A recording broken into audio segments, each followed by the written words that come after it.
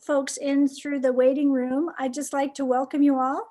I'm Charlene Porcel with the History Foundation, and it's my great pleasure to introduce the first of 4 Third Thursday workshops that we've got going. So just to get us through the spring and hopefully till we can all be together in person. So I welcome all of you, from Lori and Barbara and everyone in Malta to Libby to Monarch, Billings, all over. Welcome, welcome. So next up in our series, just to let you know, is media training. We were going to call it media training for small museums, but it really is more applicable to every history organization in Montana.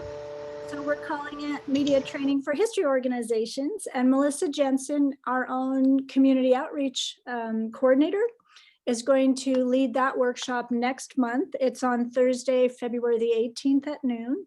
Melissa is a former news anchor and journalist. I stole her from our local TV station. But she has great background in how to show you how to really promote your story and get your story out into the media. In March, we have Kate Hampton from the State Historic Preservation Office with a talk on Montana's historic Carnegie libraries. That's on March 18th. So February 18th at noon is media training.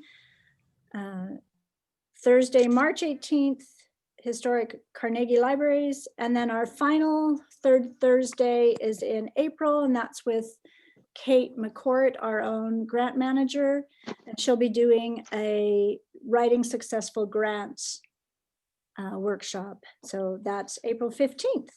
So, and because you registered today for this workshop, you'll get notice of each of these. You don't have to come, but we'd love it if you came back and took the other workshops that are of interest to you. They're all third Thursdays at noon from now through April 15th. But you have to register again as you did today to get the Zoom link. And now it's my great pleasure to introduce Crystal Alegria. She's the director of the Extreme History Project, a Bozeman-based nonprofit that makes history relevant.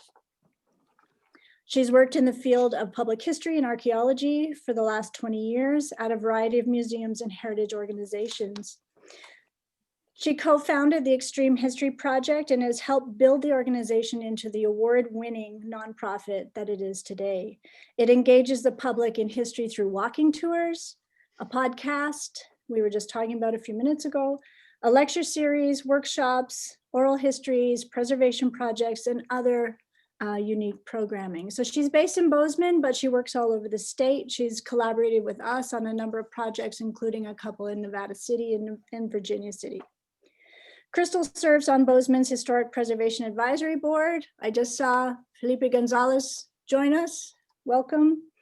Hi, Phil. Is a founding member of the Bozeman Historic Preservation Advocacy Group. So she's written numerous walking tours in and around Bozeman and blogs on various topics. Crystal has a BS in anthropology and an MA in history from Montana State. So Crystal, the floor is yours. Let's get started. All right. Well, thank you, Charlene, and thanks to everyone at the Montana History Foundation for putting this on today. I'm so excited to be here with all of you. And I'm excited to be doing the first of these wonderful workshops. They all look great. I'm excited to go to each and every one of them. So thanks, Charlene, and thanks to the crew here, the Montana History Foundation crew. I know there's a lot that goes into these workshops. So thanks to Melissa and Charlene, and then also Sharon, who's helping with some of our background IT stuff. So let me move to my next slide. Let's see if I can figure out how to do that. There we go. Okay, wonderful. So I just wanted to start by talking about our goals for today for this workshop, and then also a little bit of housekeeping on how we're going to do this workshop. So this is a 2-hour workshop. And over the next 2 hours, we're going to talk about the importance of walking tours, why we see them as important and why we think you should see them as important as well. Walking tour best practices, some of the things that we've learned in doing walking tours over the years. I'm going to talk a little bit about heritage interpretation theory. And so I'm not going to give you a lot of theory, but I'm going to give you just a sprinkling, just a little bit to wet your whistle on heritage interpretation theory. I'm also going to give you instruction on how to create a walking tour. If you want to create a walking tour after taking this workshop, you will have all the tools to do that. So that's what we're going to do over the next 2 hours, but I am going to give you a break halfway through so you can stretch and get some water and take a bathroom break if needed, and or get some chocolate. That's probably what I'll do halfway through. And so this is, so we'll have an hour and then we'll have another hour. And the things that you're going to need for the workshop today is the handouts that Melissa emailed you this morning. And if you don't have those printed out, that's okay. If you can bring them up on your computer, that would be wonderful. But if you can't access them at this point, just know that you have them and that you will have them for later on when you start working on a walking tour program or want to start thinking about that. You'll have those as resources for the future.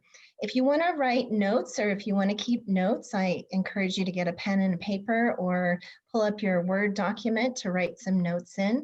And we are recording this today, so I think, Charlene, it'll be available in the future if people want to come back and look at it again. She says yes. She's nodding yes. So, okay, wonderful. So I do want this to be an interactive workshop today. We won't do a huge amount of interaction, but I'd love for you to be able to ask questions and answer questions that I ask of you and engage if you feel comfortable. And there's 2 ways that we can do that. The chat function will be our main source of communication. So if everyone can find the chat on the, usually it's on the bar at the bottom of your screen, you'll be able to see something that says chat. And you can just click that and then you can chat with the group. And so everyone can see that. But if you don't feel comfortable with the chat, you can always just unmute yourself and ask a question as well. So we'll try that. But I do ask that if you're not asking a question, if you keep yourself muted, that way there's not a lot of background noise. And if I do hear background noise, I'll probably ask everyone to mute themselves again. I know sometimes the mute button gets unmuted, and I totally understand that. So it's so nice to see everybody here today. We have a lot of people on this Zoom call, and we have people from all over Montana, and we even have some folks from Colorado coming in today. So Extreme History has a unique relationship with Colorado, so we're glad to see some of those folks coming. But I was wondering, I would think the best way that we can do this is if everyone wants to just go into the chat and put their name, where they're from, if they're from Lewiston or Libby or Bozeman, and then what organization you work with if you're associated with an organization. If you're not associated with the organization, that's perfectly okay. Just put your name and where you're from. That way we can kind of see where folks are. Can everyone hear me out there? Maybe just put that in the chat. Yep, okay, so some people can hear. I think we're having maybe one problem with hearing, but it looks like we have, so we have Kalina Wickman with the Missoula Downtown Association. And so in the chat, if you want to make sure and put everyone as the recipient of your chat message, that would help so that everyone can see where people are from. And so there's options to put it to everyone or just to the panelists. So you might want to just put everyone in there as the recipients of the chat. So we have Mark Johnson here from Helena. Welcome, Mark. Great to see you. We have Katie Nelson, and she's joining from the Moon Randolph Homestead in Missoula. And wonderful. Okay. Nice to see you too. Let's see. We have Brenda Martin from Phillipsburg, multiple organizations. Isn't that the truth? We all work for multiple organizations. Sometimes it feels like when you work in the humanities. But welcome, Brenda. So Sharon, maybe you can set up the chat for everyone instead of just direct messaging. Maybe Sharon can help with that. I just made that change. We should be good to go. Okay, thanks so much, Sharon. It's great to have someone on the back end on these things for sure. We have Janelle from Leadville, Colorado, Rocky Mountain Center for Preservation at History, Colorado. Wonderful, welcome. Jacob Thomas. Jacob and I just talked about a week ago about this exact topic. So welcome, Jacob, Northwest Montana Historical Society. Melissa Rost of the O'Fallon Historical Museum in Baker. Wonderful, welcome. Caitlin and Ellen with the Yellowstone Historic Center in West Yellowstone. Great. Mark wanted to say that he lives in Helena, but he works for the University of Notre Dame. So thank you so much, Mark, for being here. Let's see.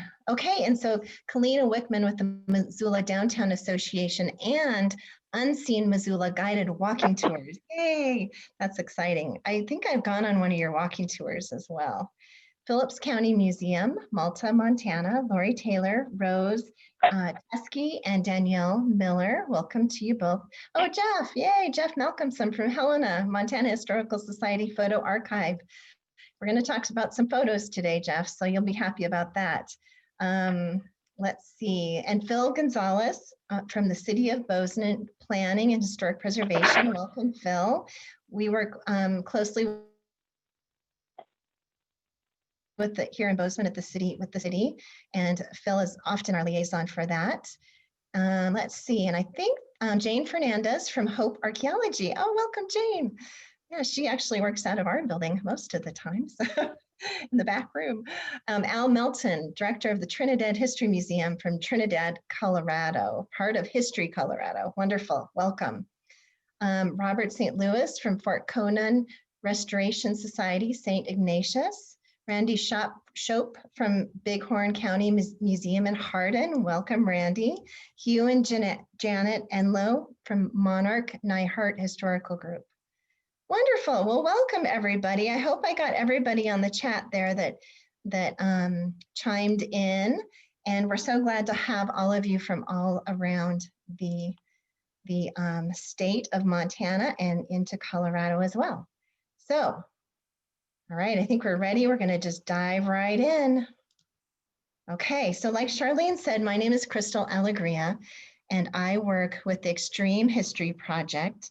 And Charlene read our mission, which is that we make history relevant. And that is our goal, to make history relevant. And we do that in a lot of different ways. We do that through walking tours, which of course we're going to talk most about today. But we also do that through bus tours. We do that through historic workshops that focus on genealogy and house histories, how to do your house history. We do archives, research workshops, all sorts of things. We also do a lecture series, a monthly lecture series, which is now virtual. So if you guys are at all interested in our lectures, you can tap into those from wherever you are. And they're all on our website, extremehistoryproject.org. And so we get history out to the public in any way we can. And we really enjoy doing that. But one of the ways that we found that history is really it's a really good way to get history out to the public is through historic walking tours. And the way that we came to doing historic walking tours is in 2013, or around that time, our historic preservation officer at the time, her name was Courtney Kramer, she was getting a lot of requests for walking tours, and she didn't have the capacity to do walking tours. And she knew that we were an organization that was kind of just starting out. We had got our nonprofit status in 2012. And so she knew we were looking for a way to sustain Extreme History Project and a way to financially sustain Extreme History. And so she said, well, why don't you guys start a walking tour program? And we thought, well, okay, we could try that. We're always up for a challenge. So that's what we did. In 2013, we did a pilot season of walking tours. And we started with 4 tours. We started with our Main Street tour. We started with a cemetery tour, a South Side tour, which is kind of Bozeman's fancy, big, beautiful houses. And then we did a North Side tour, which is Bozeman's working class neighborhood. So we started with those 4 core tours. And it was a success. It went well. It went very well. And so we thought, well, this might work. We might be able to use this programming to bring in funds that would sustain our operations. Because of course, it's always hard as nonprofits to find funds for operations, which support salary and keeping the lights on, literally. So we were hoping that this would sustain us. And this has really helped with that. It has really helped Extreme History bring in funding that can help with our operations and just that, basic funding for our programs. So we started in 2013 with these 4 programs, and you'll see that our programs or our walking tours are all guided walking tours. So they are guided by a tour guide, and you'll see on this picture, Linda. Can you guys see my cursor? Yes? Okay, good. So this is Linda, and she's one of our tour guides, and she's starting this tour at our infamous Story Mansion, which is right in the heart of Bozeman. And this is where we start one of the tours that Linda does called the Gracious Gables tour. This is our South Side tour, all those fancy big houses. And so we start at this location. This is our staging area for that tour. And then we travel around the South Side neighborhood there. We started these tours, and with that pilot season, when we learned a lot in that pilot season about why walking tours are important. And we learned that they are important for economy, for the town's economy, that people come here for walking tours. They come to Bozeman specifically to take a walking tour. They stay overnight in a hotel here, spending money in our hotels. After the tour, they go out for lunch. They spend money on lunch, on dinner that night. They go downtown, they walk around, they shop, they buy some shoes in our famous shoe store here in Bozeman. So our walking tours really do help with Bozeman's economy. People oftentimes tell me that, they came for Yellowstone National Park. They spent some time in the park, but they saw that we were doing these cool walking tours. So they came and spent one more day in Montana just to do the tours and then flew out of Bozeman. So we do see that. We do see people spending money in our town because of these walking tours. And that really feeds into that idea of heritage tourism and the idea that we want to encourage heritage tourism in Montana on the whole. And that's the whole reason that we are encouraging towns other than Montana to do walking tours, because towns other than Bozeman to do walking tours within Montana, because if there's a walking tour in Helena, there's a walking tour in Bozeman, maybe there's a walking tour in Malta that people can tap into, and so they can kind of use that as they travel through Montana to better understand this place. And I always get questions on walking tours about, well, do they have walking tours in Billings? And we say, yes, they do. So, and then people will say, well, I think I'm going to head over there and try that out. So it'd be nice if we had more walking tours available throughout the entire state of Montana. And then we all benefit from that. And of course, historic preservation is really at the heart of this, because many of the walking tours focus on historic districts, historic downtowns. The best way to start with a historic walking tour is to do a tour of your Main Street district or your downtown district. And it's a great way to start because there's probably already a little bit written about a district, a historic district, if you have one of those in your town or your community. And like I said before, if you do a tour on Main Street, that brings more people to Main Street. And then after the tour, they might go and have lunch in a historic building on Main Street that has a little cafe in it, or they might go to the local gallery on Main Street by during the tour. They might go back to that little gallery that's in a historic building and buy something, which of course, that historic preservation aspect of what we're all trying to protect and preserve in Montana. These tours are really engaging. You can see this is our tour guide. If you look right here on the photograph, this is our tour guide, Elizabeth Noonan. And tours are really engaging because they get people interested in what you're talking about. You can really feel the tour. You can hear sounds around you. You can visually see the building that Elizabeth is talking about. Sometimes you even get smells, like on our downtown tours. Unfortunately, there's, you know, some Main Street smells that probably are there in 2021 that were probably there in 1921. But you can hear things around you. Like, what I love is when we're doing a Main Street tour and we hear the train whistle. The train goes by Bozeman, pretty far north of Main Street, but you can still hear it on Main Street sometimes. And I know that people are hearing that today, but they also heard it in the late 1800s as well. So you know, there's that auditory aspect of these tours, visual aspect of these tours that makes them just naturally more engaging.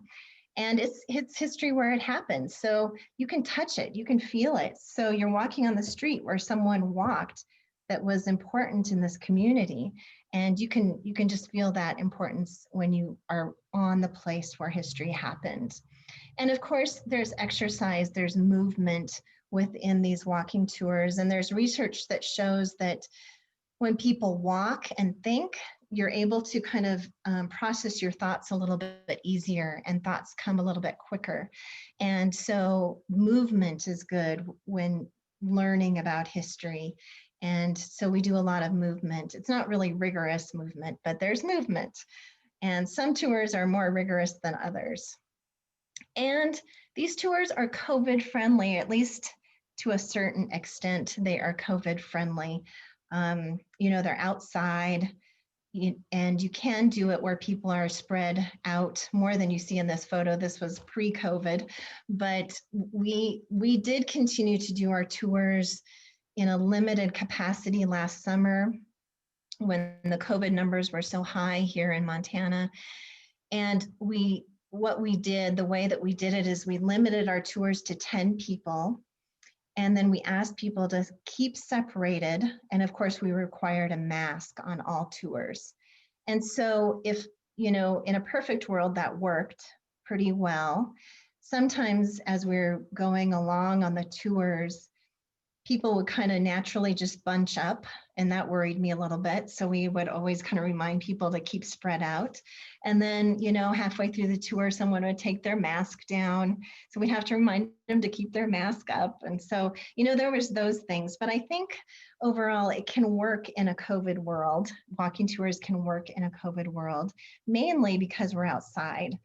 And so what we did last summer to kind of alleviate some of my stresses about the COVID, having COVID on tours, is that we didn't do our Main Street tours, which are the tours where you kind of have to bunch up to hear because there's so much traffic on Main Street. So we stopped doing Main Street tours, and we just kept doing tours in our cemetery. And that's the only tour we really kept going through the entire season, is our cemetery tour, because in the cemetery, people could spread out. It was easier to hear. And then we actually added a microphone system to our tours as well, so people could really hear being spread out from each other. So somewhat COVID friendly. And then of course, the most important thing is these tours really make history relevant for everything that I just talked about. So I just wanted to open it up, and maybe we could answer this in the chat.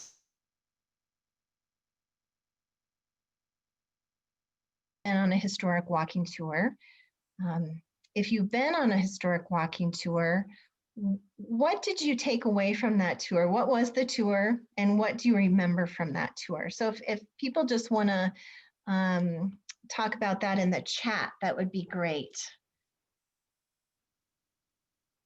Or if you want to unmute yourself and talk about it, that would be okay too. If you don't feel comfortable with the chat, you can definitely a walking tour that you've taken.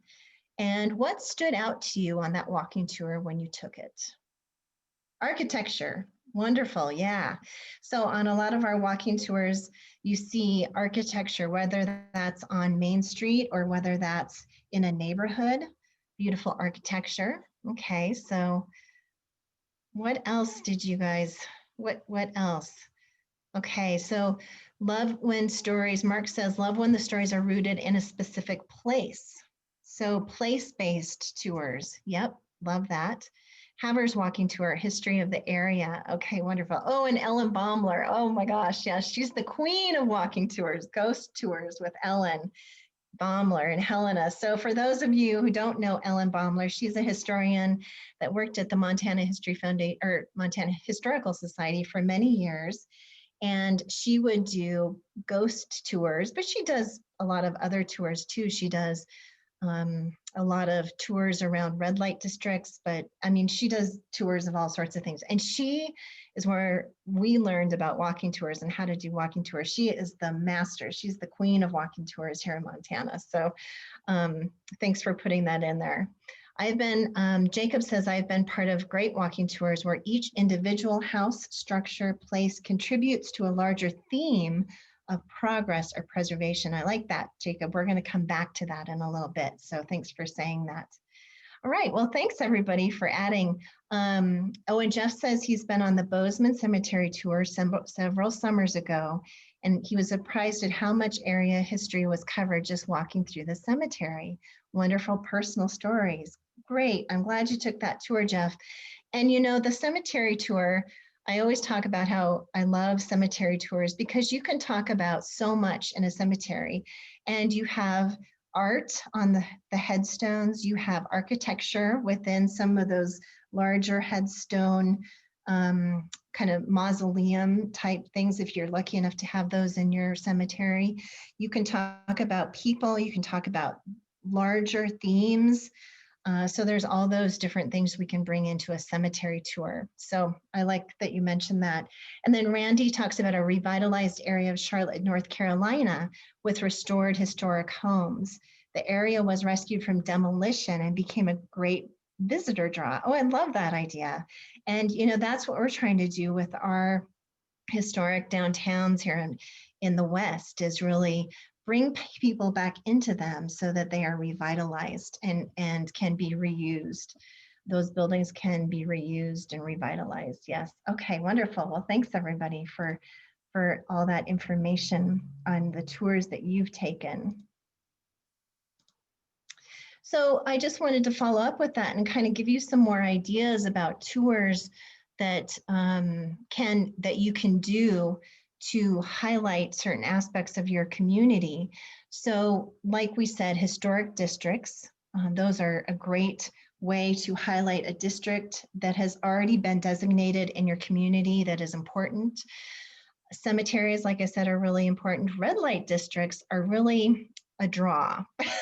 Of course, we probably all know why that is, you know, sex sells, I guess. Our most popular tour is Murders, Madams, and Mediums, if that tells you anything. So red lights are a favorite. But then the thing about red light districts is you can draw them in to the tour with that title, Murders, Madams, and Mediums. But our Murders, Madams, and Mediums tour is all about women's empowerment in the 19th century. So you can bring them in with a sexy title and then give them some real hardcore history. So red light districts, downtown districts, of course, Main Street, back alleys. Back alleys to me are so significant because a Main Street kind of changes with the times. You know, the Main Street facades are updated over time and change over time. But in the back alley behind that Main Street district, you can walk in an alleyway and see really the historic aspect of these buildings, because no one really updates the back of the building. No one really remodels the back of the building. So you see more of that historic building from the back than you do from the front. So I'm a real advocate for those back alley tours. And then in back alleys, sometimes you get those ghost signs. And does everyone know what those ghost signs are? They are those signs that are on buildings that advertise the business. And most of them, we don't really advertise in that way anymore. So a lot of them have become very faint. And so that's why we call them ghost signs. And I think maybe you can even see a ghost sign right here. It's hard to see it, but there's a little graffiti over it. But that's a perfect place for a ghost sign right here, you know, on the kind of on the sides of buildings. And those ghost signs are a great way to highlight historic buildings and what used to be in the building. Historic food and drinks. So there's a lot of historic food tours. We do a tour where you go on the tour, and then halfway through the tour, you stop in a bar for a drink in a historic building that used to be a bar that still is a bar. And so those are a great way to highlight local businesses that are in some of these historic structures as well. And people love to have a drink halfway through the tour. That's that's really fun. So that's a great tour to do. Historic themes, like you were talking about, Jeff, kind of talking about those more overreaching, overarching themes, people's, places, events, different, one historic theme I really want to do that we haven't done yet is mid-century modern tour of mid-century modern buildings. And so that's on our list of tours we want to do. So you can really go outside the box. It doesn't have to stay within, the late 19th century, early 20th century. You could push that a little bit, push that to encourage people to think a little broader historically and understand that, yeah, the 1960s are now historic. The 1970s, as we go in, are the early 1970s are historic. So push the boundaries of your tours a little bit, or you can mix everything up. And the opportunities for historic walking tours are endless. And that's what we love about it, is we can do a new tour every single season. Every single summer season, we can do a new tour. And the reason that we like to also do a new tour every single season is because many locals come on our tours. So when we started doing these tours in 2013, we thought, oh, most of the people who will come on the tour are going to be tourists. But that's not true. Most of the people who come on our tours are actually locals. So I would say 95% of the people who come on our walking tours are locals. And we're starting to get more tourists now, but I love that locals come on our tours. We are trying to get more tourists on our tours as well, but we always do a new tour every year just to keep locals coming back year after year. Okay. So another thing I wanted to tell you about, to kind of expand that idea of doing tours, if you want to do a tour program or a tour, is to do a walking tour for school groups. This really helps us sustain the walking tour program because we get school tours and we get a gazillion school children coming through in the spring and the fall each year. And that really helps us kind of get our tour started in the spring and kind of helps us on those bumper seasons of the spring and the fall, so that we're still bringing funding in when there's not a lot of tourists here, when people have gone back to work and aren't really thinking about going out and taking a tour. And so we do charge for these tours. We charge $5 per student, which is not a huge cost for the schools. And then it really helps us provide funding for our tour guides and for the program in general. We focus on 4th and 5th grades, but we do tours for elementary or for middle school students too, and sometimes even for high school students. And so lately in this COVID time, we continued to do school group tours, but it was had a much different look to it. We did a lot of these pod schools that are kind of popping up now in this time of COVID. So a pod school is a group of about 8 to 10 kids who stay together and go through school together, and they kind of have the same immune system. So they are with each other each day, but they try to do school activities that are outdoors, so they're not inside. So it's a little bit more COVID friendly. And so of course, cemetery tours, walking tours are perfect for those pod schools. And so we've been doing a lot of walking tours with school groups. We also do a lot of homeschool in the normal world. Pre-COVID, we did a lot of homeschool groups as well. And so that was a great way. And of course, it's great to get kids out of the classroom onto the ground where history happened and introduce them to these historic places. And I love to take kids into the cemetery And they're always, the fourth and fifth graders are always a little freaked out to go into the cemetery. So when our staging area for our cemetery tour is right outside the gates of the cemetery. And you can always hear the little twitters and whispers about, oh, it's haunted, we're going to see ghosts, that sort of thing. But I like to normalize the cemetery for students and make it a place that they feel welcomed into, because these are sacred places and they're really important places for not only adults and older adults to go to, but young adults and children to go into and see and experience, because cemeteries are not places that are meant to be all doom and gloom. They are places to go and visit people who have passed on, but also celebrate those lives. So I love to get students into the cemetery when they're in fourth and fifth grade and show them that it's not a scary place, that it's actually a really peaceful, beautiful place.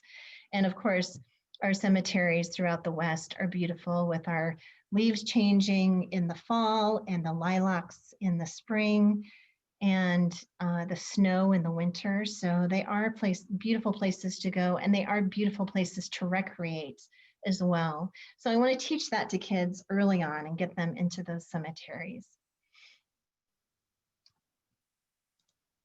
And then group tours are another great way to provide tours to people who are just coming through town, who just have a day and they want to do a tour, but it's not, their schedule doesn't really fit into the schedule of tours. So we do specialized group tours as well. And so we have a base charge for those group tours of $60 and then $10 for each additional person. And so we can offer a tour to two people, like you see our tour guide, Charlie Spray, here is giving a tour to these two ladies, and they paid $60 and, they got to do the tour on their time, on their schedule, and it worked out for everybody. And so we like to do these group tours as well. And we do them for, of course, bigger groups than just two people, but we do them for wedding groups. You as a bride, you need to keep your relatives busy those days before the wedding. And so we've done group tours for weddings, family reunions. It's a great way to get your family out and have them see a place. And so we do family reunion group tours. We do conferences. So we have a lot of conferences come through Bozeman. So we offer our tours to conference attendees, and sometimes that's even part of the conference package. And so it's a great way for people who are visiting to get to know the place that they're going to be in, attending a conference for the next 3 or 4 days. And we, of course, with those conference folks, always tell them about the local restaurants and good places to visit, like the local museums. It's kind of a way for them to get a read on the community itself. And then, of course, on these group tours, I really like giving the group tours because you can individualize the tour and really make it relevant to the person or the people you're giving the tour to. So for those conference tour goers, you know that they're attending a conference on some aspect, technology.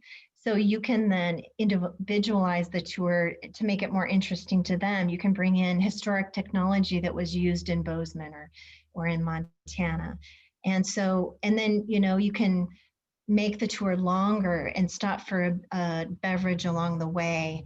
And that way you get a chance to visit with these people and give them some more personal information about the history of the place, or, the present of the place, the present aspects of the place. So these group tours, I think, are really important. And for our walking tours, we really do tours in a scheduled way. So we do some of our tours once a week throughout the summer. So like our Gracious Gables tour is every Sunday at 1 o'clock. And our cemetery tour is every Sunday at 4 o'clock.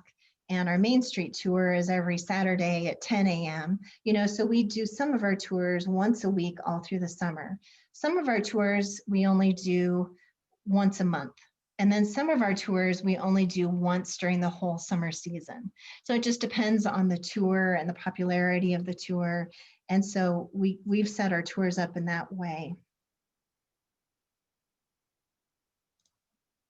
Okay, so now I'm going to stop for a minute, stop talking and let you guys ask some questions. So if there's been any questions that have been kind of coming up, feel free to write those questions in the chat and I will answer them. Or if you don't feel comfortable with the chat and want to just unmute yourself and ask a question, you're welcome to do that as well.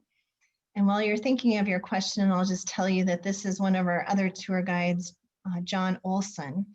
And he was a tour guide with us for many years. He's not doing tours with us right now, but he was a great tour guide. And he's showing a photo. And so I just wanted to let you know that photos are really important to walking tours. And they are really great aspect to bring in to the walking tour. And of course, all of you who work at museums have access to photos. And of course, the Montana Historical Society has great photos that you can use as well. Okay. So Mark asked a question, what have you found is the best length of a tour? And the best length of a tour that we have found that works for our tours is an hour, 1 hour.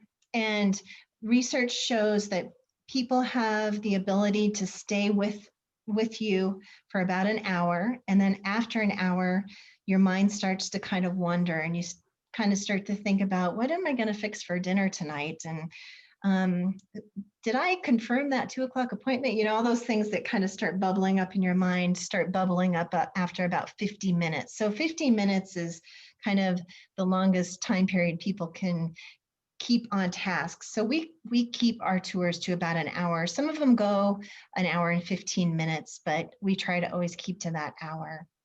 And then I'm going to get to your question about tour guides being paid and if they're volunteers and that sort of thing here.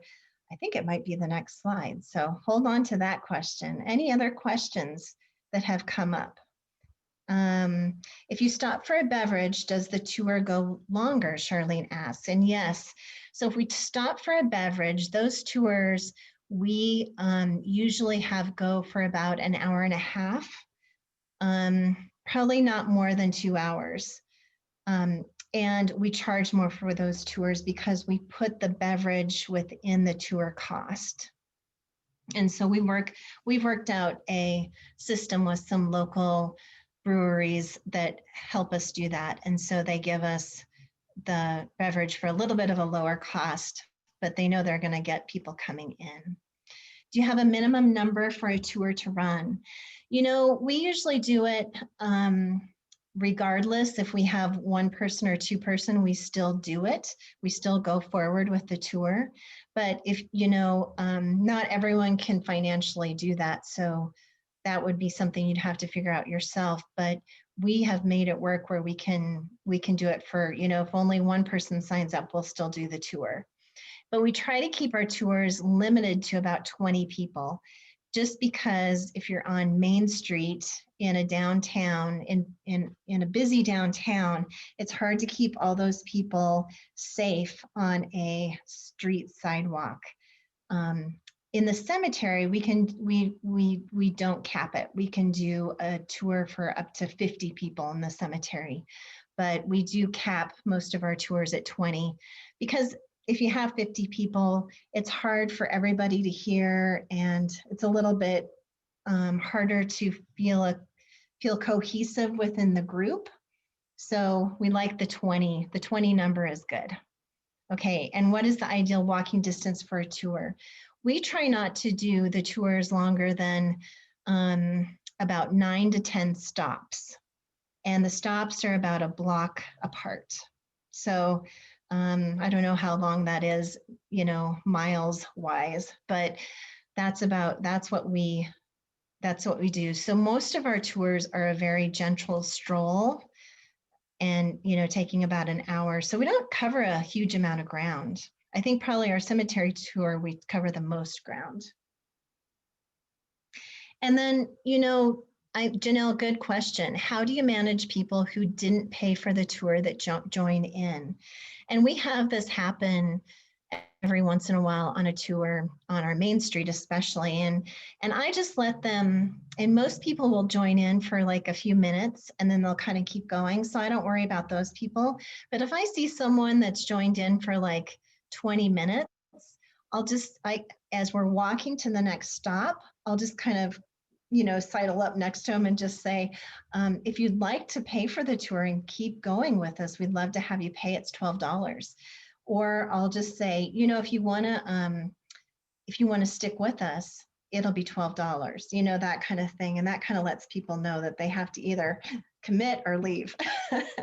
So that's how we've kind of handled that. But I've only had to do that a few times. Most people will just, they'll just stay for a few minutes and then go. Some people, if they're staying longer too, I'll just say, you're going to do this tour again tomorrow at noon. If you'd like to come and pay for the tour, you can go on the whole thing. So that's another way to kind of, and if anyone else who does tours in the group wants to chime in on the chat, to answer any of these questions, always feel free, because I know that we have some other folks who actually do tours on the call as well. Okay, so let's keep moving here, everybody. And now I'm going to get to some of your questions about funding. How do you fund these tours? Because of course, as nonprofits and as museums, we're always worried about funding, and we've got kind of a good funding system right now, I feel like, for our tour program. So I wanted to share that with you. So we charge $12 per person for our tours, and we feel that's a good number. When we started in 2013, we started charging, I think it was $5 per tour, and people love that amount of money to pay for a tour. But we decided to up that, and every year we've kind of upped it, and so we've kept this $12 number for the last couple of years, and I like that. But we will charge more for some of the more specialty tours, but that's kind of our main charge is $12. We do give seniors and seniors a break, so the senior charge is $10. And of course, our demographic is an older demographic for our tours. It depends on the tour, but we do have an older demographic for a lot of our tours. So a lot of people come in at that $10 amount, but 12 is what we charge. We've thought about going up to 15, but we don't feel like we should do that yet. I think the tours in Billings and in Helena, they both charge 12 as well. So we feel like that's a comfortable rate. We also, so we get ticket sales for these tours, but we also have sponsors that sponsor each tour.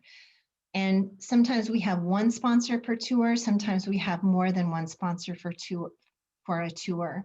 And the sponsors pay $250 to sponsor a tour. And some examples of some of our sponsors, we have local businesses that sponsor our tours. Like for our Murders, Madams, and Mediums tour that I told you about, we start at the Western Cafe, which is a really popular restaurant on Main Street, kind of on the east end of Bozeman's Main Street. And they are a great restaurant that has wonderful cinnamon rolls. They have a lot of other wonderful things, but they sponsor our tour each year, and we start our tour in front of that little restaurant. And then we talk about their cinnamon rolls at the beginning of the tour. So it works pretty good. And so that is a sponsor for our Murders, Madams, and Mediums tour. For our cemetery tour, we have the local funeral home sponsor. So Doc and Nelson sponsors our cemetery tour. And for our Distilling the Past tour, which is all about Bozeman's drinking history, we have the Lyrikine Brewery sponsor that tour. So you can kind of think about what your tour's theme is and then look out into your community and see who could sponsor your walking tour. We also have individual sponsor tours. An individual who's very passionate about some part of history, they have offered to sponsor our tours, and we have accepted that sponsorship. So that's another great way. And then grants. And this is where I'll give the Montana History Foundation a plug. Yay! Yay, thank you, Montana History Foundation, because they have really sponsored our walking tours in the past are not sponsored, but given us grants to really beef up our tour program and to help us do some of the research for our walking tours and do some of that work for our walking tours. So that's huge. And that was so important in our early years, because it's kind of, you know, you kind of need those startup costs for these walking tours. And that was where they came in and really helped us with the walking tours. Local preservation boards. So in the early days of our walking tour program, we got some of that startup funding from the City of Bozeman Historic Preservation Board. They gave us some funds to help, as did our Gallatin County Historic Preservation Board, gave us some monies to help start our walking tours and do that research. So that was really helpful. And then the state humanities programs. Here in Montana, we have Humanities Montana. They have given us funding to help with the walking tours. And every state out there has a humanities program that you can apply to. And they help with walking tours. And then, of course, there's heritage tourism, state tourism entities that help with walking tours, because it's heritage tourism. So if there's any heritage tourism grants out there, those are great to go for as well. So grants, we've had a lot of success in Montana with support from our grantors, getting funds to walking tours. So it's kind of this, you know, you have to kind of cobble all this funding together, but it works. And I would say that, you know, our walking tours don't bring in a ton of money to Extreme History, but they definitely help with that operation cost. So it's not like you're going to make, you know, millions from doing walking tours, but it will definitely. Okay, so now to get to your tour guide questions. So we have a mix of tour guides. We have volunteers, and so you'll see this gentleman in this picture right here. He is our walking tour guide for a tour that we do on a architect who lived here in Bozeman, whose name was Fred Wilson. And Fred Wilson was a architect who worked around the entire state of Montana and designed a lot of buildings throughout the state of Montana, but he lived in Bozeman, so he did most of his work here in Bozeman. And so Richard Brown, this gentleman right here, who is the tour guide, is writing a book on Fred Wilson. And so we asked him if he would be willing to do walking tours for us that highlighted some of Fred Wilson's buildings throughout Bozeman, kind of the south side of Bozeman, and he said he would. So he does that as a volunteer, which is wonderful, because then all those ticket sales come back to Extreme History. And he's been great. So we've been doing that tour for probably the last 3 or 4 years now. And he's actually trained another one of our guides to do that tour so that he doesn't have to do it every single time, but because it's a tour that people like. But some of our tour guides we pay, and so we pay them 20% of ticket sales. And then of course they get tips. And so the 20% sometimes isn't very much, but the tips really are what gives them a lot of funding. And so some of our tour guides do it as just kind of a little bit of extra income because they like to do it. And some of our tour guides really rely on that money for their, not for their sole income, but for a lot of their income. And so some of those tour guides really hit on that idea of the tip and really ask for tips at the end of the walking tour and get really good tips, so that you can get really good tips from these walking tours. We have some history students who have done tours for us, students that are in graduate school and undergraduate students at Montana State University who do tours for us. We pay them that 20% of ticket sales, so it kind of helps them a little bit, which is nice, and that they get to really delve into their future profession of history and really see how to interact with the public doing history. We also have history professionals that do our tours. We have history professors at Montana State University who do tours for us, both on a paid and a volunteer basis. Then we have history buffs, just people who are interested in history, who know an incredible amount of information about Bozeman history. So they'll do walking tours for us, both paid and volunteer. And then actors, we've been cultivating some actors who work and live in Bozeman and have a passion for history. And so we've been getting some actors, which they bring a whole different presence to the walking tours, which is really nice. But whatever, whoever you bring in to do tours, they have to have passion for the tour they're giving and a passion for history. And if they don't, they're not going to be a very good tour guide. So make sure that you always get someone with a lot of passion for history. And then period attire, yes or no? Well, some of our tour guides, we don't require our tour guides to dress, like Jessica here. You can see this beautiful dress that Jessica's wearing. And some of them just like to, and so they do. And some of them really don't want to, and so they don't. And, I think that dressing does add another element to the tours. And Jessica is pretty much a professional costumer. She does, she's really good at what she does. And so she adds the costume into her tour. So she will, talk about the dress within her tour. She does our cemetery tour. And Jeff, you might have taken the tour from her when you took the tour a couple of years ago.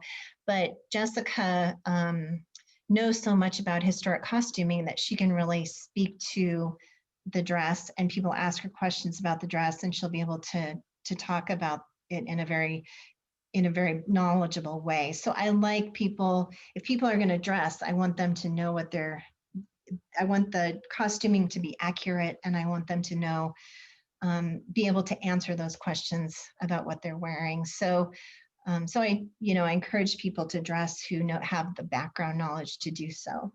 But we also have some tour guides who like to dress, and we have a great group of people here in Bozeman. Beth, who's on the call too, she's part of a group of women who know so much about historic costuming and reproducing historic costumes. And so we call on them to answer our questions sometimes too about some of the costuming. So, it does definitely add another layer. Okay, so I want to talk really quick about marketing, because marketing is so important to anything we do in the history field. You have to know a little bit about marketing, and to do walking tours, you have to know a lot about marketing, because you can do wonderful, fabulous tours, but if no one knows about them, they're almost useless. So you have to get the word out. So I would say we are not experts in this realm by any stretch of the imagination. So if anyone else has any thoughts or comments on this, on marketing, make sure to put them in the chat. But here's what we do, and it works for us. I would like to do more marketing in the future, but here's kind of the basics of what we do. We have a website, which I'm going to show you a little later on. So we use a website that is separate from our Extreme History Project website. So it's kind of a standalone website that just is all about walking tours, and that's all it has on it. And that is where people land to buy tickets. And I saw that there was a question in the chat about tickets and how we take money. And so this is the main portal that we push people to buy tickets, is our website. And so people buy tickets through Eventbrite on our website. And I would have to say that Eventbrite is the best. We've really had a lot of success with selling tickets on Eventbrite. And they do take a little bit of a percentage, but it's such a small amount, and they're so helpful that it's worth it to me. So Eventbrite is a great way to sell tickets easily. And so we use the combination of our website and Eventbrite to sell our tickets. We and advertise our tours. We advertise on Eventbrite as well, because that's how people find our walking tours oftentimes, is through Eventbrite and our website. And then we use traditional marketing like the newspaper, radio spots, online magazines. All this is free. We don't ever pay for spots in the newspaper. We use more of that calendar section of the newspaper. And so it's free. And so that is nice, because we don't have a lot of money for marketing. So anything that's free, we utilize. And then we do social media that is also free. We put everything on Facebook, Instagram, and Twitter. Those are the ones we use. Facebook, I would say, is the best way to get the word out about walking tours on the social media platforms that we've come across. But if anyone has anything to add to that, please mention that in the chat. Another thing that we use is rack cards, and rack cards are these. So this is the front of the rack card. This is the back of the rack card. And a rack card is just those cards that you see when you go into a hotel and there's a stand with all these cards, you know, kind of standing up, and they talk about, you know, walking tours and museums. And I'm sure all of you are somewhat familiar with rack cards. And so this to us has been a really good way to advertise in hotels and in restaurants, coffee shops. We leave these out in coffee shops on Main Street. We try to put them at the Bozeman airport, but you have to pay to do that. So we try to do some guerrilla marketing and like leave them at the airport on the, you know, kind of where people sit, and then you don't have to pay for that. But you can put them in airports and pay for the privilege if you have the funding to do that. And so this rack card has everything people would need to know. It has the information about the tour itself from Tents to Town. That's our Main Street tour. It's on Saturdays at 10 a.m. Meet at Sir Optimus Park on the corner of Rouse and Main Street. And then, you know, the prices are down here. We have our website. We have our sponsors on this rack card. And our walking tour program is called Adventure Through Time. So we market the walking tours a little bit differently than we market our Extreme History Project stuff. And then our website. And so here's the front landing page of our website, adventurethroughtime.org. And this is a really clean, simple website for people to see the walking tour schedule, the tour guides, sponsors. You know, if you want to do the Murders, Madams, and Mediums walking tour, you can't really see it, but you click on this image. Our Northside tour is this image. So it's a really easy way for people to learn more about the tours, but then also be able to buy a tour very easily. And then, you know, I just wanted to talk really briefly about self-guided tours. So like I've been talking about mostly guided tours this whole time, but there's, you know, there's all these options for self-guided tours as well. You can do a brochure that has a self-guided tour in it. You can do an app. You can do a book like this book that's at the Montana Historical Society that's written by the queen of walking tours, Ellen Baumler.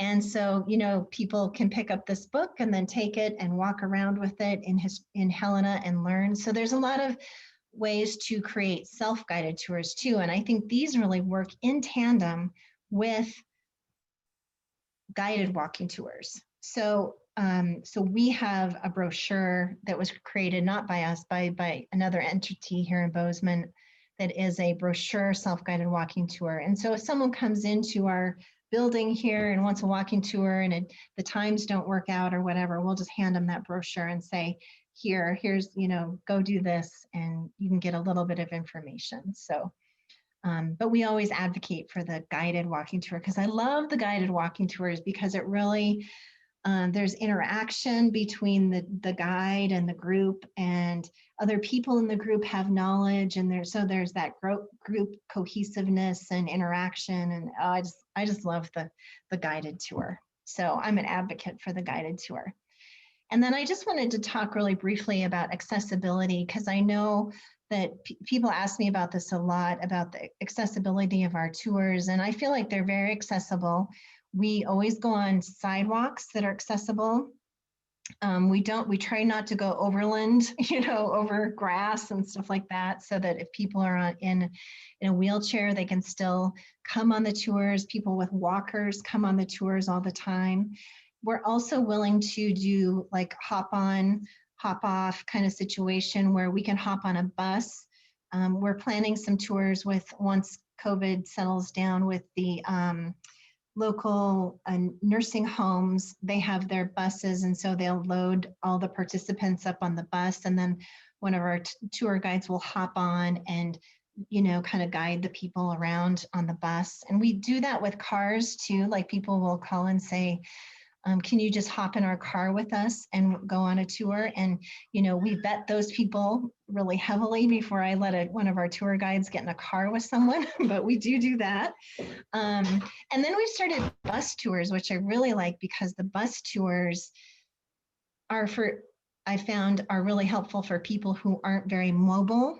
So they get on the bus at the beginning of the day and we take them, you know, last year we went to, well, actually in 2018, we went to, on a Crow agency tour. We went on a tour of all the Crow agencies, or 2 of the 3 Crow agencies. So these are farther reaching tours, but they really liked those tours because they knew they weren't going to have to walk. And so for people with mobility issues, that was really nice. And then for hearing is the big thing. And so we have started using voice amplifiers, microphones on our tours, and that really helps as well. So let's see, so questions, and maybe we can answer a couple of questions when we come back from the break. I'm going to let you go on a break now because we're a little bit over, it's a little past 1. So let's think about some questions over the break. I'm going to give you 10 minutes. So it's 1:06. So I want us to come back, you know, in about 10 minutes from now, maybe a little bit, let's make it 9 minutes. Come back in 9 minutes, stand up, make sure to stand up, stretch, get a drink of water, go to the bathroom, and we'll come back in 9 minutes and we'll resume and think of some questions. You can write those in the chat if you want to. And then when we come back, we'll answer some questions. And then in the second hour, we're gonna talk all about writing your walking tour, writing that tour or doing that tour. So, all right, thanks everybody. Come on back in 9 minutes. So you can do tours around holidays as well.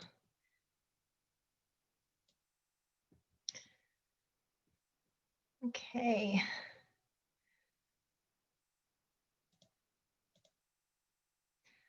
For those of you who are on too, I was going to tell everybody about, I mentioned this a little bit when we started, and I think Charlene mentioned it too, that we do a podcast called The Dirt on the Past.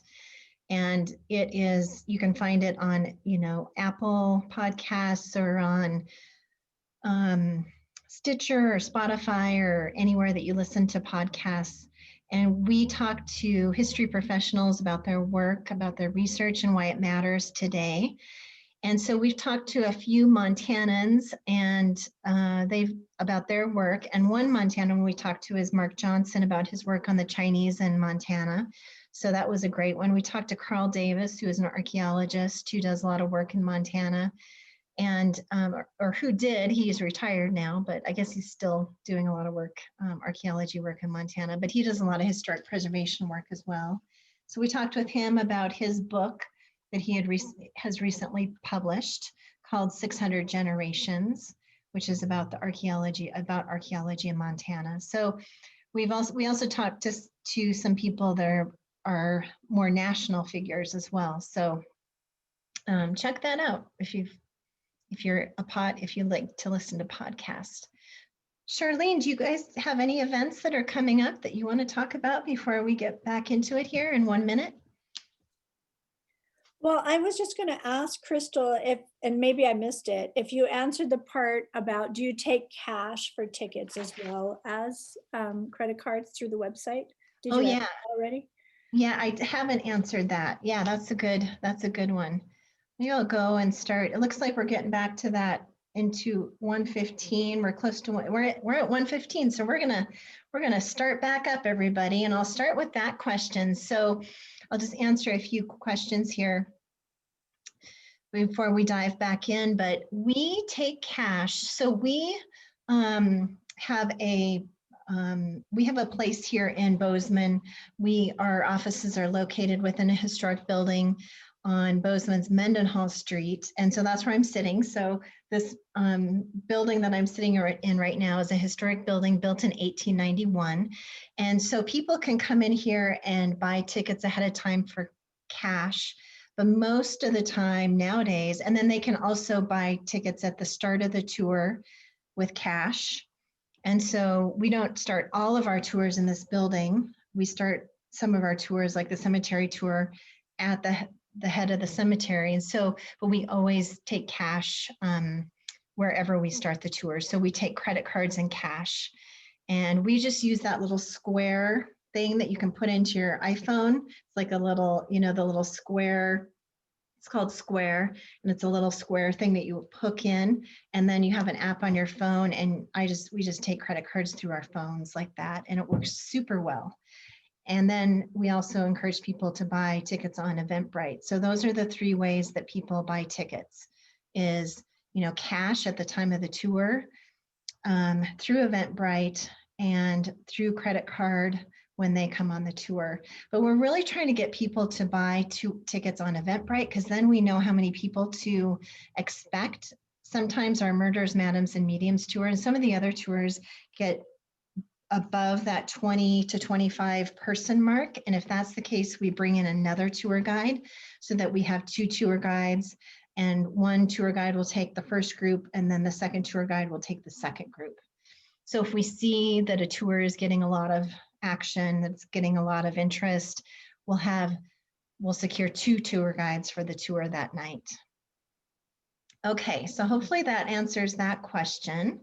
Let me answer some of these other ones. Do you do all cash? Okay, so I answered that. Do you have an app recommendation?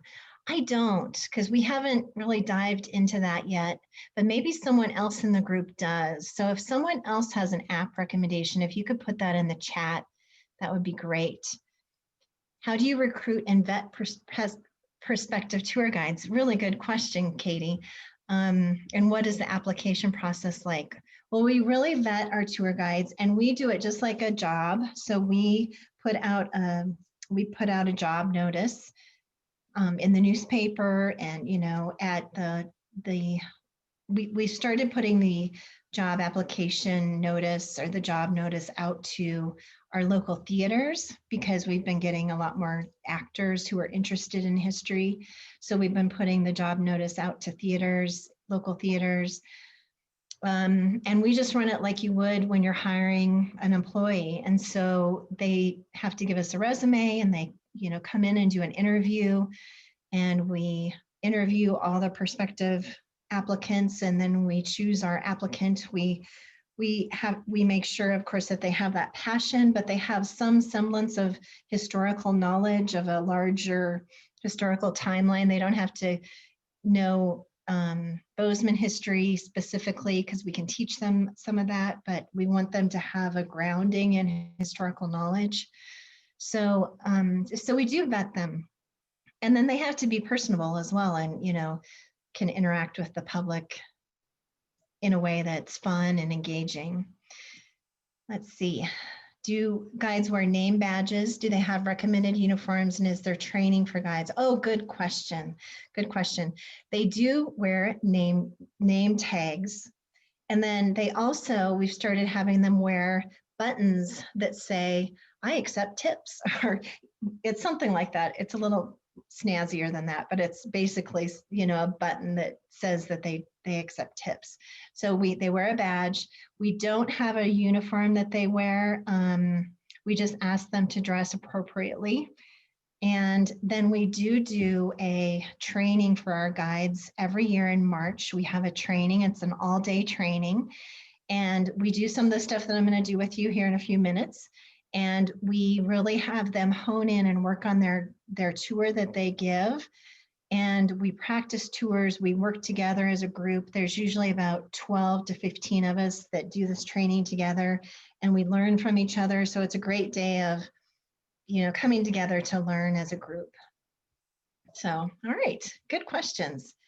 And if you have more questions, make sure to put them in the chat, but we're going to keep moving on to our next section here. So welcome back, everybody. Now, in the second section, I said we're going to really focus on how to create a walking tour. And so if you are thinking about doing a walking tour for your organization, hopefully you've gotten some ideas now about a walking tour that might be interesting to you, that you want to do. And so this will really help you hone how you're going to write that walking tour. The next hour will really help you hone that in. But I want to kind of step back before we do that and think about, now, why are we doing these walking tours? Why do we want to do a walking tour? And really that's because we want to interpret the past for the public. And we want to do that well. We want to do it in a way that is going to be productive for your organization, but also for the participant.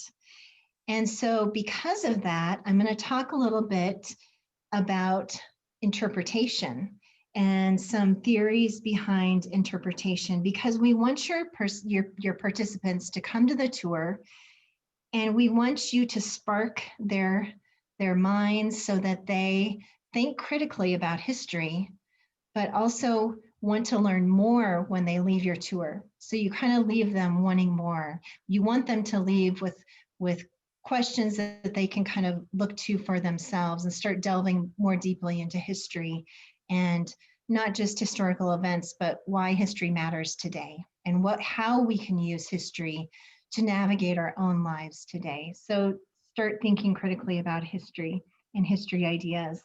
So you're going to push people to critical thought, and you're going to push them to think about something new. So that's what we're going to that's our goal for these tours. And so I'm going to help you to do that right now. So the National Association for Interpretation is a great organization. And if you haven't engaged with this organization, I highly encourage you to do so. I found that they have the best training and the best workshops and the best conference that really helps people interpret history and interpret history for the public. And so I took a certified guide training. That's this training workbook, certified interpretive guide training. Here's my book. It looks a little bit different, but I took mine a long time ago. So, but I still use this. I still have this training workbook, and I still pull it out all the time because it was such a useful training. This training happens, I think it's over 80 hours. It's an 80-hour training. I might be wrong about that, but it's a lot of hours. And I took mine here in Bozeman at the Museum of the Rockies over quite a few Saturdays. And it was the best training I've ever taken. And it really taught me how to interpret the past. And so are there any other people on the call today who have taken this training and are certified guides? You can unmute and just say if you are, or put it in the chat. I bet there's some of you out there that are, but it's great. It's a great training, and it really helps you to better understand how to work with the public. And this interpretive guide training is not just for museum people or history professionals. It's for anyone who interprets, natural history, environmental history, the environment to the public. So it's a much bigger thing than just historical knowledge. Okay, so I encourage you to seek this out and to take this training, but I'm going to do a little bit of this training right here. So the grandfather of historical interpretation is Freeman Tilden. Whoops, let's go back. Freeman Tilden, and he wrote this book, Interpreting Our Heritage. If you haven't seen this book, this is a great book to seek out as well. And I'll have a bibliography that maybe Melissa can send out tomorrow too, but or after the. And so this is a great book that was written by Freeman Tilden, and he has some of these theories and ideas that I'm going to be talking about for the next few minutes within this book. And then this is another great one called Personal Interpretation. And again, we'll send these out so you don't have to write quickly what these are, but these are a couple of books that we use, that are on our bookshelf that we use all the time. And then also this certified interpretive guide training book as well, always comes in handy.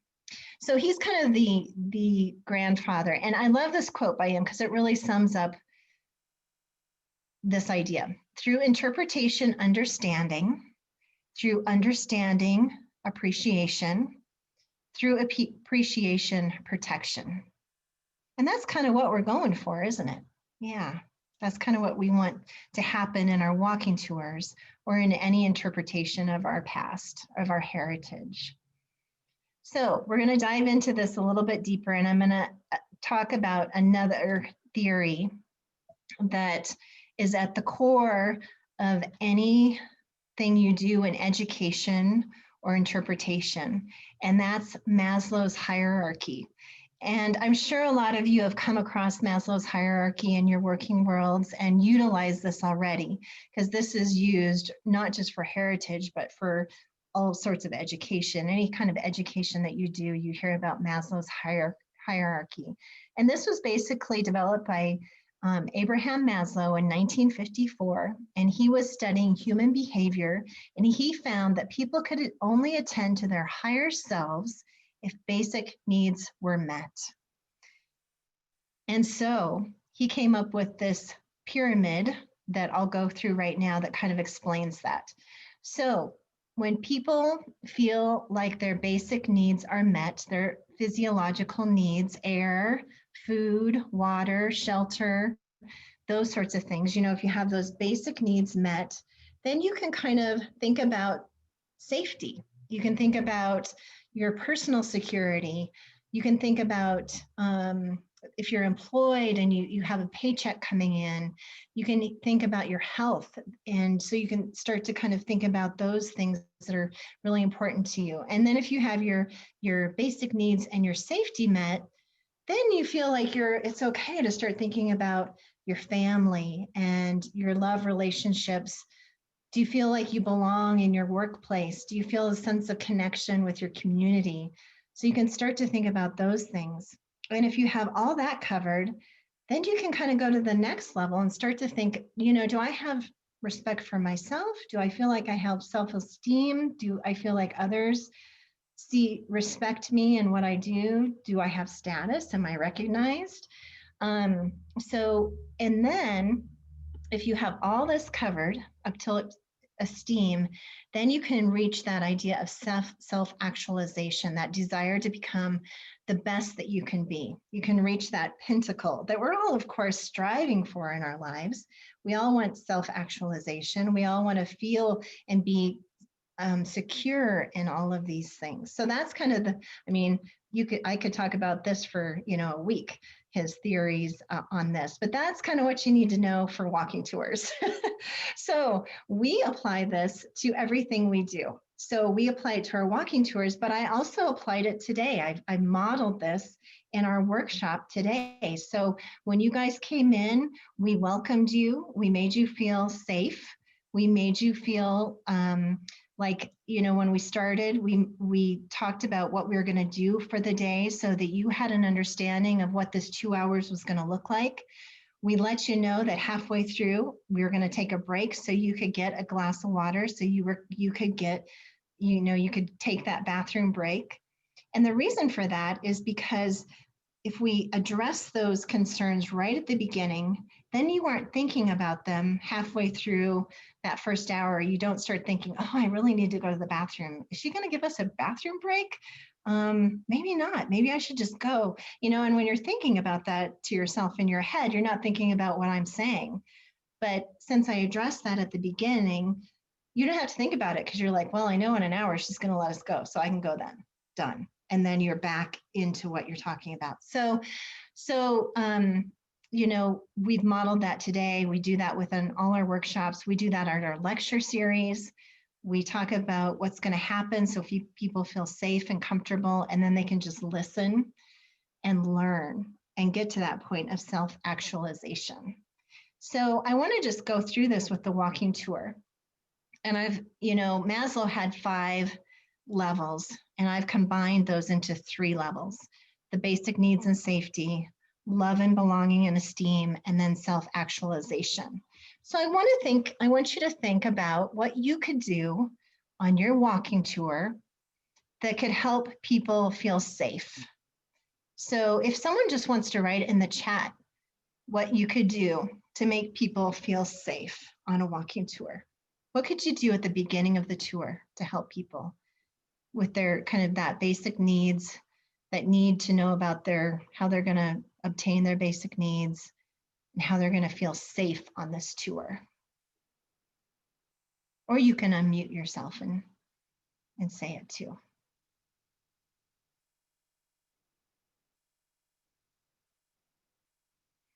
I'm going to force you to talk to me in some way or another. Okay, here we got some people coming in. Okay, point out the public restrooms when they're available. Thank you, Brenda.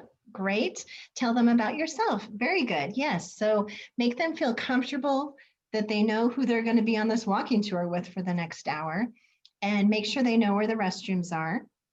Great. Good. Good. Okay. So basic needs are kind of fulfilled in that way, aren't they? So what we do is we talk about those things. We talk about the restroom. We say, you know, on this walking tour, about halfway through, we'll be next to this hotel. And if you need to slip into the hotel and use the restroom, they're totally fine with that. Just catch up with us. So we you know, make sure people know that's there.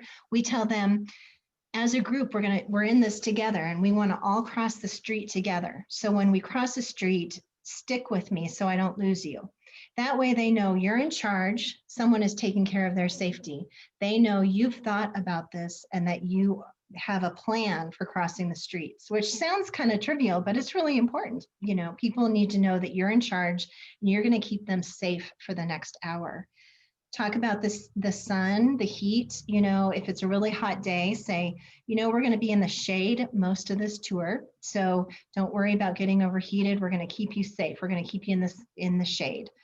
So, and then talk about the time. You know, that's really important for people because they want to know how long the tour is going to take, but they don't often ask that question. So just say, you know, we're going to be walking for about an hour, and we'll start here and we'll come back to the spot at the end. That way that expectation is met. Love and belonging. So people want to feel secure in this group.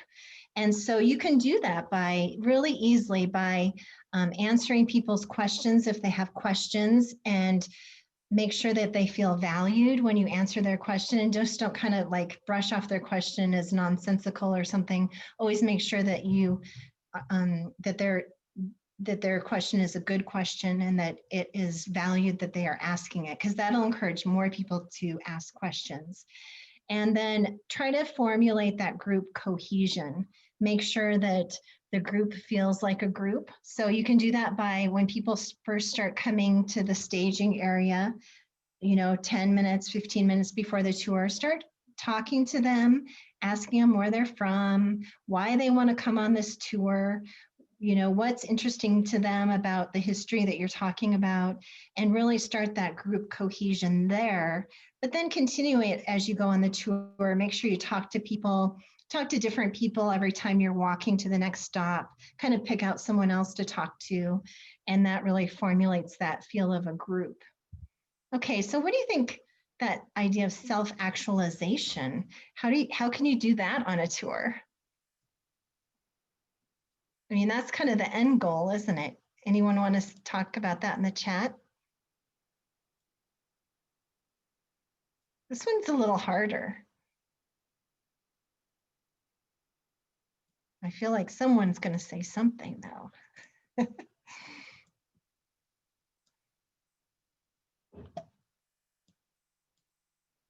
Okay. We got it, something coming in. Okay. Yes, exactly. Brenda, people feel a connection to the town or building. Jacob says, ask questions to get people thinking about how it relates to their personal experiences. Oh, I love that. Yeah, so that's perfect. Yeah, kind of make it work for them. And, you know, when you are talking to people at the beginning and you find out where they're from, if you can work that into your tour in some form or fashion, like, you know, if you know that someone's from Florida and they came to Montana to visit Yellowstone because they had thought about Yellowstone their whole life and they wanted to come here and experience it. Somehow work some of that in, and that really connects them to you and to this tour and to this experience they're having, and it connects them to Yellowstone and to Bozeman. So yeah, exactly right. You guys are on point for that. So, you know, make them think critically about this history that you're telling them, about this place and community, so that they are connected to it. So then they can leave thinking and thinking critically about this place that they're in, but also the place that they're from. And they'll go back and say, well, I wonder if my town has something similar. And then they start looking into their own town's history, and that self-actualization happens. So yeah, perfect. Good, good. Okay, so that's Maslow, and you can apply Maslow's hierarchy to anything you do in your workplace, in your personal life, in walking tours. It works for everything. So it's a great tool for life in general. Now, stories are an important part of walking tours. And stories are an important part of interpretation in general because they deepen our understanding of who we are as humans. They affirm that our lives have meaning. Stories make someone care emotionally. And to me, that emotional connection, when it hits someone in their heart, they're going to remember that. And they're going to remember it for 20 years because you made them feel something. You gave them you brought up some emotion in them with the stories you're going to be telling. And so, and of course, stories are a way that we as humans transmit knowledge. We use stories to learn, to retain, and then educate. So that's how we as humans work. It's just the way we are. Stories are fundamental, and stories stick. Stories are really important because they stick in people's memories. So we want to be telling stories on our tours and in our museums and in our interpretation that we do. Stories are so important. And Ken Burns, of course, you know, one of the ultimate storytellers, says that it's important that history not be distilled to the great men theory. You know, and when I say the great men theory, I mean, you know, the George Washingtons of the world. All of those people that are famous don't do the fighting and dying. The best history is the place where so-called ordinary people exist. So I've had so many people who are interested in doing walking tours say, you know, but my town didn't really have anyone super important, you know, that made history, you know, Rankin. You know, Jeanette Rankin didn't live in my town or something, but, you know, I say, oh, you know, let that go. Because the most interesting stories are the stories of ordinary people. They're the stories of the everyday person. And so those are the stories you want to tap into. I mean, if you have a Jeanette Rankin in your town, you definitely want to talk about her too. But, you know, there's so many other stories out there to talk about. So find those stories because those are the fun ones that people want to hear about. And then also learn how to tell a story well. And so this is Elizabeth again, one of our tour guides, and she's an actor, and she does a lot of other. She's a professor at MSU, is her main job, but she loves acting and she loves improv. And you can just tell that she is telling the story flamboyantly in her walking tour here. And you can see that everyone on this tour is just fascinated with what she's saying. They are like keyed into her. They are just looking at her. They're intensely interested in the story. So learn how to tell a story well. We can all tell stories. We tell stories every day, but we don't always tell stories well. So hone your story. Learn how to tell your story well. And this is just a really good graphic that I'm sure most of you have seen, you know, how to tell a good story. You have to have that story arc. And so in the beginning of your story, you talk about, you know, the world of the story before the story begins. So I'm just going to use the example of Cinderella. So Cinderella had, you know, her stepsisters who were mean to her, and she was the one who had to do all the cooking and cleaning in the household, and her life was awful. And then we move on. Inciting incident compels the hero to action that will lead to change. So Cinderella found out there was a ball that was happening, and she so wanted to go to this ball. She had never been to a ball. She wanted to go to this ball. And so that was kind of what changed, you know, kind of led her on this trajectory of the story, is this ball. And then in the first half of the story, the forces of change begin their work. So in Cinderella's story, the critters of the forest start making her a dress. And the birds bring her the ribbons, and we've all seen, we all know the story. And so they start, there's forces at work that are coming into helping Cinderella go to this ball. The tables turn in a big way, exactly in the middle of the story. So that's kind of the midpoint. Cinderella realizes, okay, she's got the dress, but she has no way to get to the ball. She has no carriage. She has no transportation. She has no one to take her. And then her fairy godmother comes and gives her a carriage, a beautiful crystal glass carriage, and sends her off to the ball. Second half of the story, the antagonist pushes back against the change. So Cinderella was able to go to the ball. She met the prince. She had a wonderful evening, but her life has not changed. She's still back cooking and cleaning for the stepsisters. And then, and so in the antagonist in the story is, of course, the stepsisters and her stepmother, her evil stepmother. And they're not going to let her life change, because they don't want her life to change, because they benefit from her cooking and cleaning.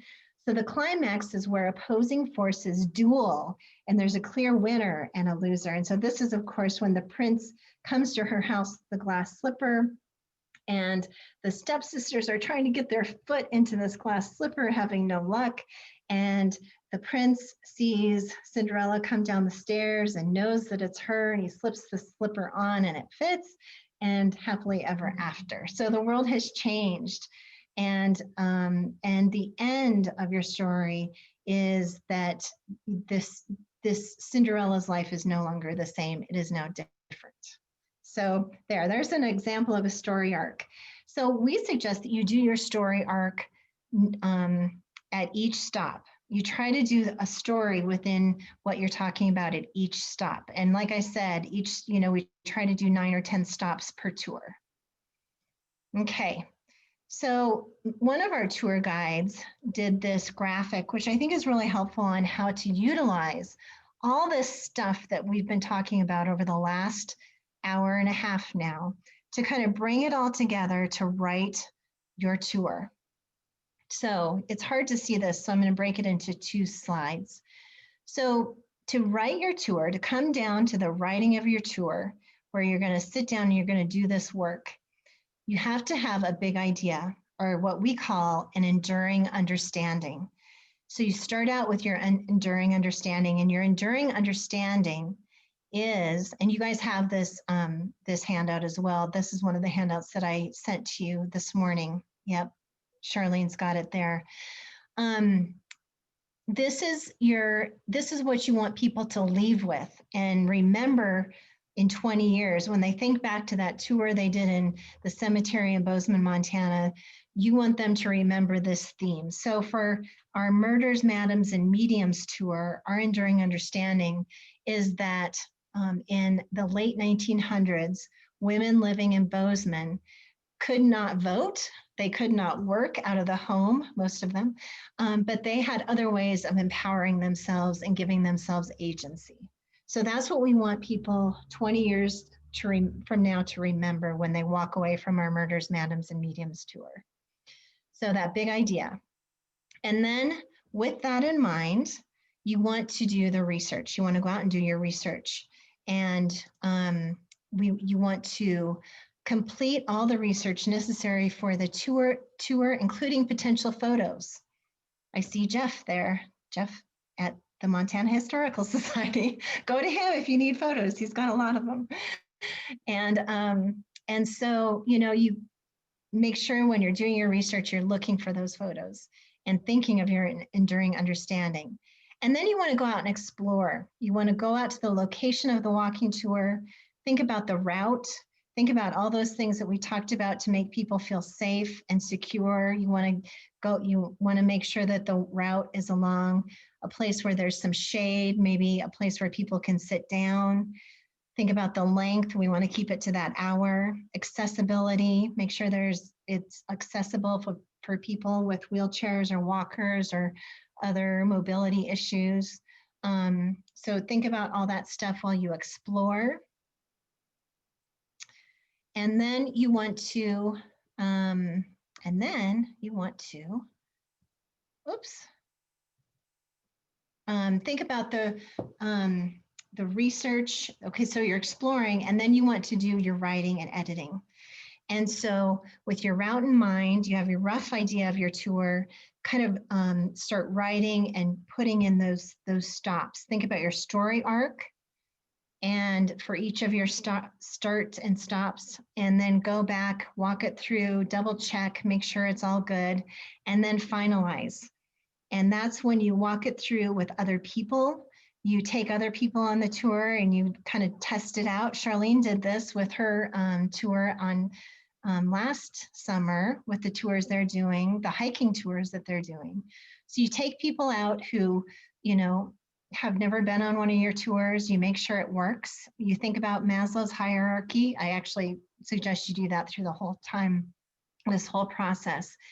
And then you ask for suggestions. You take people out and you say, does this work for you? Does this feel comfortable? Or is this interesting? What do you learn from this tour? So that's kind of the finalization of how you write your walking tour. And then I suggest you also put a little bit of inquiry in there. So Mark Johnson, who was on the call earlier, he's the king of inquiry. He does inquiry very well, but you want to get people thinking during your walking tour. You want them to engage and you want them to think critically about what they're seeing. And so inquiry is a great way to do that. And the way that I do it is on our Main Street tour, I use this photo. And for those of you who are familiar with Bozeman, Montana, you might not be, but that's okay. We can still do this little exercise. This is Main Street. This is Bozeman's Main Street, kind of at the east end of Main Street. So this is Rouse right here and Main Street. And so we stand kind of on this corner over here. And I ask them, I show them this photograph. And I say, so what do you notice about Bozeman that has changed between the time this photo was taken, which was the early 1900s, and now? What are some things that have changed? So some of the things that have changed is we no longer have the trolley tracks going down the middle of Main Street, unfortunately. It'd be kind of cool to have a trolley in Bozeman again, maybe someday. But the trolley is no longer here, so people will notice that and say that. They'll also say that there's none of these electric poles are here, telegraph poles, electric poles. There's a lot of different poles all over the street here. We don't have those any longer. We've put that all underground. So people notice that.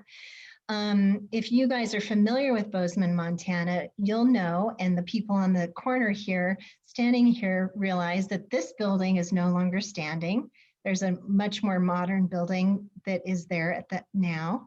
So they'll say this building is gone. They'll say this building is no longer here. This building has been demolished. So we've lost some buildings. They'll say, but this building is still here. This is our Bozeman Hotel, which is one of our iconic historic structures in downtown Bozeman. And so they'll say, well, this I see this building, so you can do that in a lot of different ways with photographs, using photographs as an exercise for inquiry. And students, 4th, 5th, 6th, 7th, 8th, 9th, 10th, 11th, 12th, love this inquiry exercise to kind of see the similarities and differences between Bozeman of the late 1800s and Bozeman of 2020, 2021. So inquiry is a great way to get people thinking. And then introductions, and I gave you these handouts, so I'm not going to spend a huge amount of time on the introductions and the conclusions, but I just want to say introductions are key and conclusions are key. Introductions are key because that's where you make people feel comfortable with the Maslow's hierarchy stuff. You tell them what's going to happen, you tell them where you're going, where you're going to end up, how long it'll take, what will be required of them. We require them to keep up with the tour guides for their safety. We require them to listen. There's some requirements for people taking our tours. It's when you talk about your enduring understanding or your theme statement, so people know what to listen for, what to learn. And then, the sponsorship, you can mention the sponsorship then. And then the conclusions, of course, kind of in reverse. Tell them, what you told them about the theme, suggestions. provoke them to want to know more, provoke them for further thought or action, encourage them to go back to their own hometown and find out when their main street was paved. Bozeman's Main Street was paved in 1908. When was your Main Street paved? Promotion or a good feeling about your organization. That's when you can say, the Montana History Foundation is an organization that funds nonprofits across the state. So please tell your friends about this walking tour and encourage them to come because it supports grants for other organizations throughout Montana. And then of course, mention your sponsor. So that's the introductions and conclusions. And then, some tricks of the trade, which I've already talked about a lot of these, but let's see, I'll just mention a few that I haven't talked about. Stay ahead of the group. Now, this is one thing I learned from Ellen Baumler. For those of you who have gone on a tour with Ellen Baumler, you know this. So what happens is, she does her introduction and then she takes off. And you've got to follow her. You've got to keep up with her. And she doesn't stop for anything until she gets to that next stop. And so, she's in charge of this tour. And it makes you feel comfortable because she's in charge. You know that she's got your safety in mind. She knows that she's going to take care of you. She's going to keep you on pace. She's going to keep going. So you got to kind of make sure that the participants know you're in charge. And that really helps with that group cohesiveness. Let's see, defined dismissal is one thing I haven't mentioned yet. So make sure that at the end of your tour with that conclusion that you say something definitive so the group knows they can go. So you say something like, thanks everyone for coming today. I so enjoyed meeting all of you and I'm glad you were able to join us on this tour. Tell your friends and family and hope you can come back for another tour. Thanks everybody. See you later, so that they know they can go. We also encourage people to stay around and ask questions, but make sure you have that definitive dismissal. So those are kind of the tricks of the trade. And like I said, you have this handout as well, so you can go back and reference this. And I think I have a little bit even more on that tricks of the trade. Now, my one last slide here is about the script.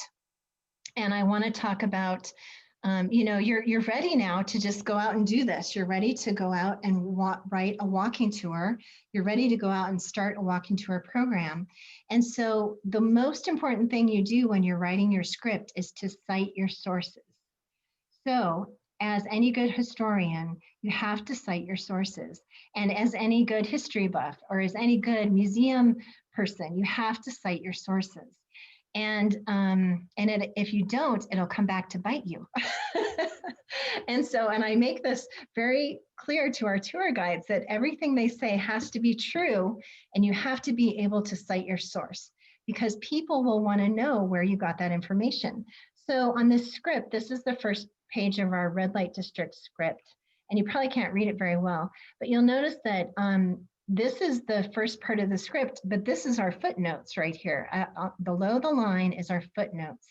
And almost every page of our script has those footnotes on it because you have to be able to come back and someone will, say, well, where did you find that information? I want to learn more about that, or I want to know more about that.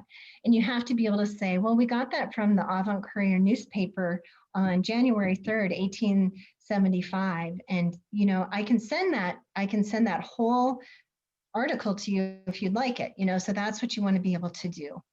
And because we don't want to be saying anything that isn't factual, that isn't true, and you want to be able to back that up. Because if you can't, then you lose all validity with your participants. You lose all validity as an organization. So you have to be able to back that up. So, so that was one of the main points I wanted to give you there. And I hope that everybody goes out and, writes walking tours and does walking tours.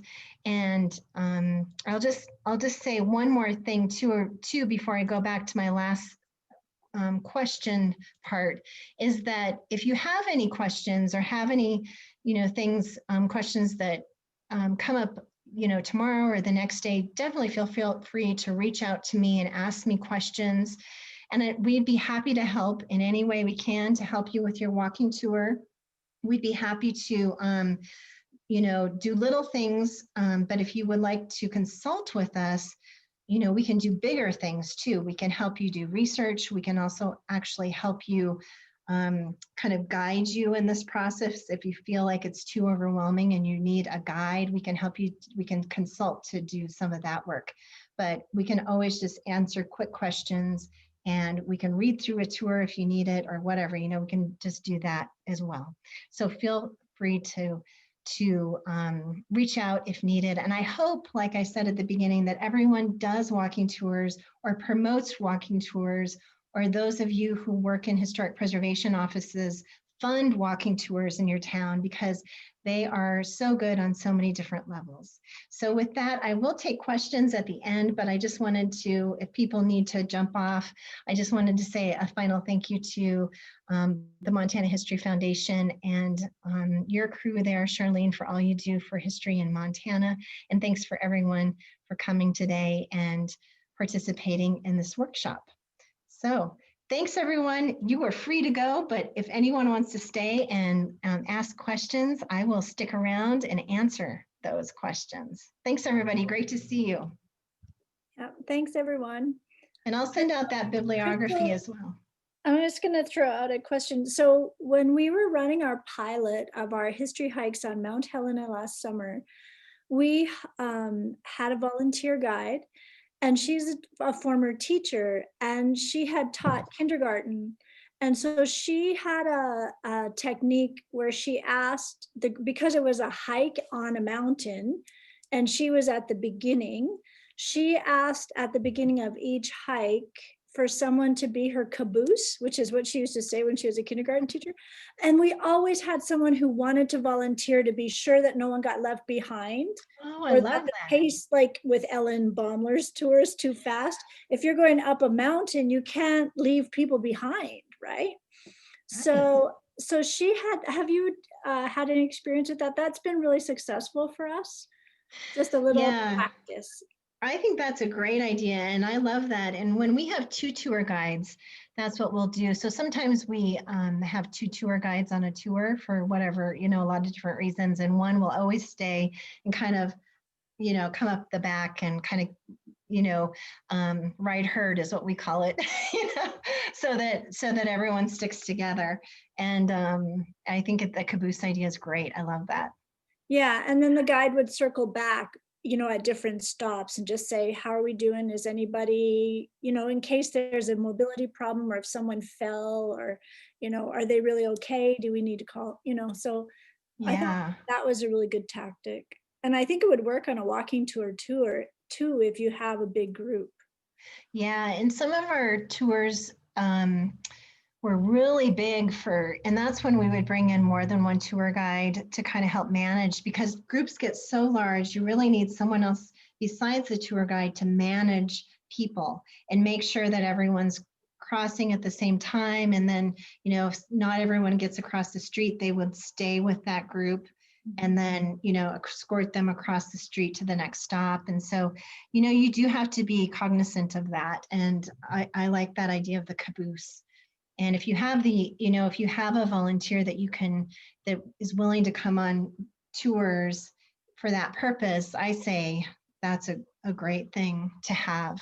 It just helps, with that, keeping the group together. Yeah. Okay, so we have some more questions, and let's see. Let me get to these. We advocate. So someone says that, and this was part of that. I missed it the first time around, but, can you specifically advocate for historic preservation? And we sure do. Of course, we're a little bit more rogue than a lot of organizations. So you have to, decide with your board of directors or your management what you want to advocate for. But we advocate for historic preservation strongly in our walking tours. And we talk about misconceptions in historic preservation a lot too. So I think you can definitely do that. I don't think it's going too far, but you know, you have to get the feel of your organization and what they think. I have had people, Simone says, I have had people read from history scripts and also read quotes from historic figures on the tour. And we do that too. I think that's good, you know, so the quotes aren't too long, but we definitely get the voice of the people in on the tours. I think that's really important to do. And we encourage our tour guides not to read from a script, but to learn the script, but kind of be able to speak off the cuff as well. So I think that that's all good. Let's see. History nugget. Oh, Katie has a history nugget. Maslow's hierarchy of needs was derived from his visit to, oh, that's right, I remember that, to the Blackfeet Reservation in Alberta in the 1930s and 40s. His theory was modeled on Blackfeet beliefs. So she put the link to that in the chat if anyone wants to learn more about that. I think that's, I forget about that, but that's a great history nugget. Okay, I think that's all the questions we had, but if anyone wants to, you know, unmute and ask a question or comment too. There's lots, you know, if someone wants to add something that we haven't talked about.